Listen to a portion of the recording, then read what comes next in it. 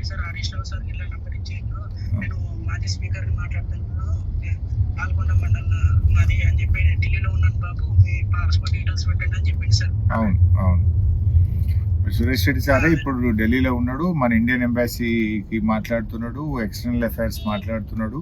నేనే చెప్పిన ఎట్లన్నా మన పిల్లల్ని తీసుకొచ్చుకుందామన్నా కొద్దిగా సీరియస్ తీసుకోండి అంటే పాపం సురేష్ రెడ్డి గారు వారు ఇప్పుడు ఎంపీ, మన బీఆర్ఎస్ పార్టీ రాజ్యసభ ఎంపీ, వారే సీరియస్ తీసుకొని ప్రయత్నం చేస్తున్నారు.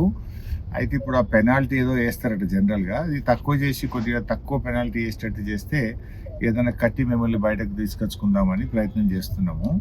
ఎక్కువ నేను పర్సూ చేస్తాను, ఆ ప్రదీప్ అగర్వాల్ నంబర్ తీసుకొని కూడా మాట్లాడతాను. మీరు సురేష్ రెడ్డి గారితో ఫోన్లో టచ్లో ఉండండి, మెసేజ్ కానీ ఫోన్ కానీ, నేను కూడా టచ్లో ఉంటాను. వీలైనంత తొందరగా దానికి ఒక పరిష్కారం తీసుకుంటాం. పెనాల్టీ అంటే పెనాల్టీ కట్టేంత వెళ్ళలేదు సార్, ఏంటంటే 1 year అది ఇక్కడ కంట్రీలో లేదు అన్నారు సార్, ఎందుకంటే ఇతరులు వేరే కంపెనీలు ఉన్నారు సార్ మన తెలంగాణ.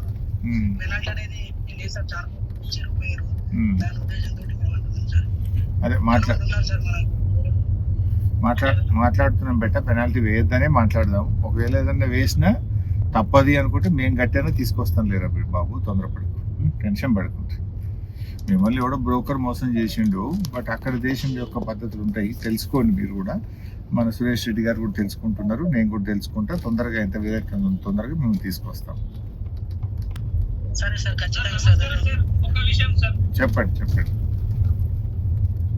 ప్రాబ్లం ఏంటంటే సార్, వాళ్ళు చెప్పింది తోట పని చెప్పిన పని ఉంది సార్, పని గురించి ప్రాబ్లం లేదు, కాకపోతే మాకు ఫుడ్ వల్ల స్టార్టింగ్ నుంచి ప్రాబ్లమే ఉంది సార్. ఫుడ్ బాగాలేదా?